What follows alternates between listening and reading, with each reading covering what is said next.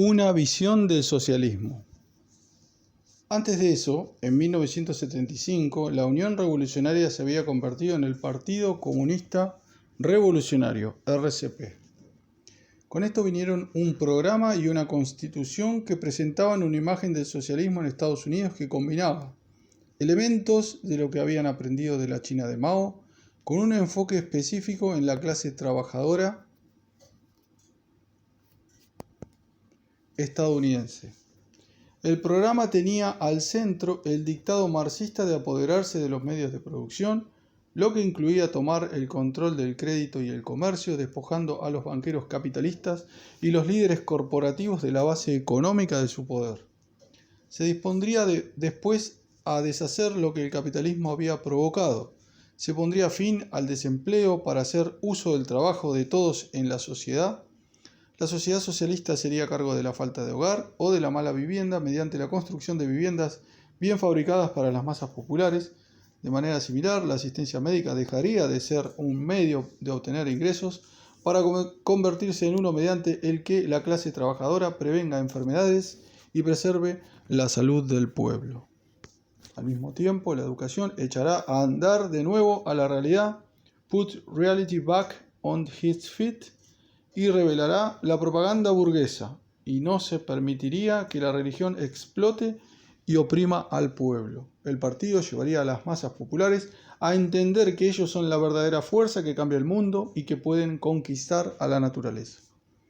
Con respecto a la cultura, inspirándose también en la China maoísta, los trabajadores culturales se unirán en labor productiva de las masas populares, de tal forma que la cultura se volverá verdaderamente el arma de la clase trabajadora. También existía una doctrina inquietante sobre la sexualidad que establecía que la homosexualidad era una aberración, un producto de la decadencia del capitalismo y algo para cuya eliminación debe trabajarse. Esta perspectiva, empapada de la vieja ideología de izquierda y sorprendentemente retrógrada, perseguiría al grupo durante los años siguientes. De cualquier forma, el que hubiera una visión articulada de una alternativa al capitalismo surgiendo de los años 60 que proclamara la necesidad de la revolución para alcanzarla, no era un asunto menor para los de tendencias radicales en Estados Unidos. Y esto no fue una razón menor por la cual la RU y el RCP pudieron avanzar por un tiempo en formas en que muchos otros no lo lograron. Desafortunadamente, intervendrían sucesos más grandes que cambiarían dramáticamente la fortuna de este grupo. Efectos colaterales tras la muerte de Mao. La mejora en la suerte de la RU y el RCP tuvo un final abrupto a finales de 1977. Como resultado de la muerte de Mao Zedong en 1976, se desató una ola de confusión y desorientación en el nuevo movimiento comunista, llevando a la desaparición, implosión o disolución de organizaciones que habían sido vibrantes.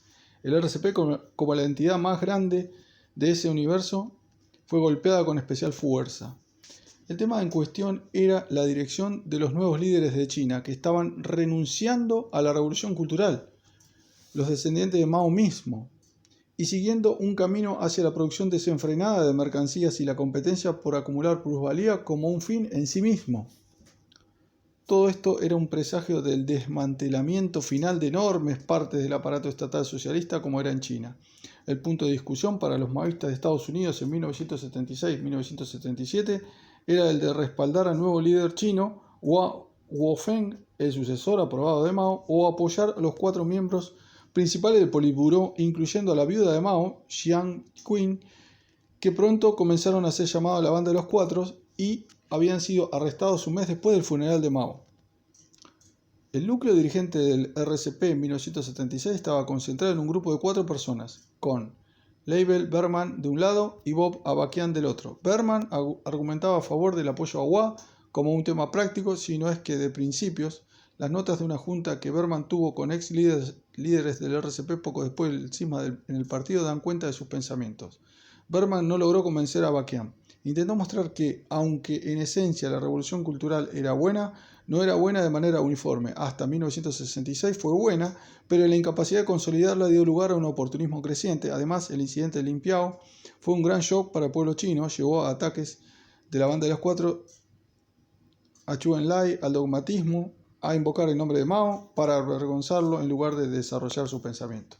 Bergman argumentó de forma efectiva que era incorrecto denunciar a los nuevos líderes. En contraste, Bob Avakian publicó un extenso documento en el que afirmaba que tanto Mao como la Banda de los Cuatro eran los verdaderos revolucionarios que habían sido derrocados en un golpe revisionista.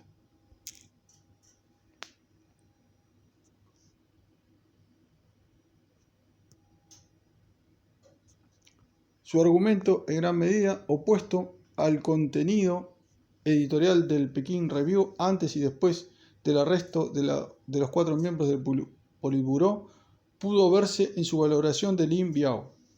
Tanto la izquierda genuina como los de ultraizquierda se unieron temporalmente para luchar contra el enemigo principal de aquel momento, la derecha. Durante este periodo, muchas de las acciones de Lin Biao y gran parte de su línea era de izquierda en forma. Sin embargo, en la medida que alcanzaba el pináculo de su poder, su línea se volvió más y más abiertamente de derecha, tanto en forma como en esencia. Por lo tanto, naturalmente, la izquierda genuina, incluyendo los 4 como sus líderes y ciertamente incluyendo Mao, estaban vinculados con Lin Biao en aquel momento.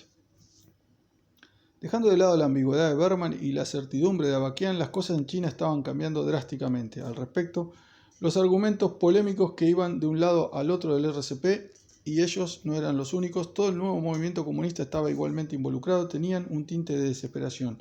China había tomado un rumbo dramáticamente distinto que lo alejaría de la visión de Mao del socialismo revolucionario.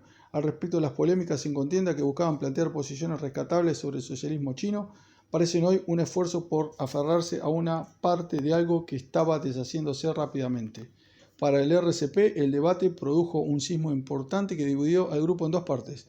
Una defendía la nueva dirigencia de China y se mantuvo un tiempo antes de reconstituirse con otras agrupaciones o ver a ciertos miembros alejarse de la política radical por completo. El otro fragmento, que apoyaba a la Banda de los Cuatro como los verdaderos herederos del legado de Mao, mantuvo el nombre de RCP, pero era un tercio más pequeño y se les separaron más en los años siguientes. Por su parte, las organizaciones que el partido había creado y dirigido durante sus años de ascenso se tambalearían por los sucesos y se transformarían drásticamente o desaparecerían por completo en los años siguientes.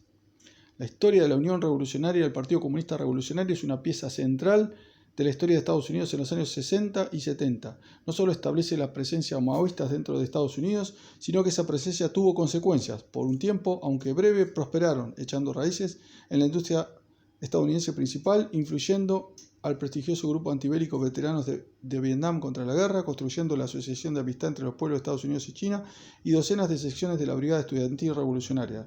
Que todo esto ocurriera en medio del anticomunismo implacable de la Guerra Fría que permeó en la sociedad estadounidense lo hace aún más extraordinario. Esto es cierto a pesar de la tensión presente en esta clase de maoísmo, y nosotros consideramos que en esencia no ofreció ni de cerca la alternativa que proclamaba. Esta agrupación también constituyó uno de los proyectos más grandes del FBI, una agencia que con demasiada frecuencia se desestima por ser demasiado reactiva o sobre la que se exagera al considerarse con un poder de decisión excesivo.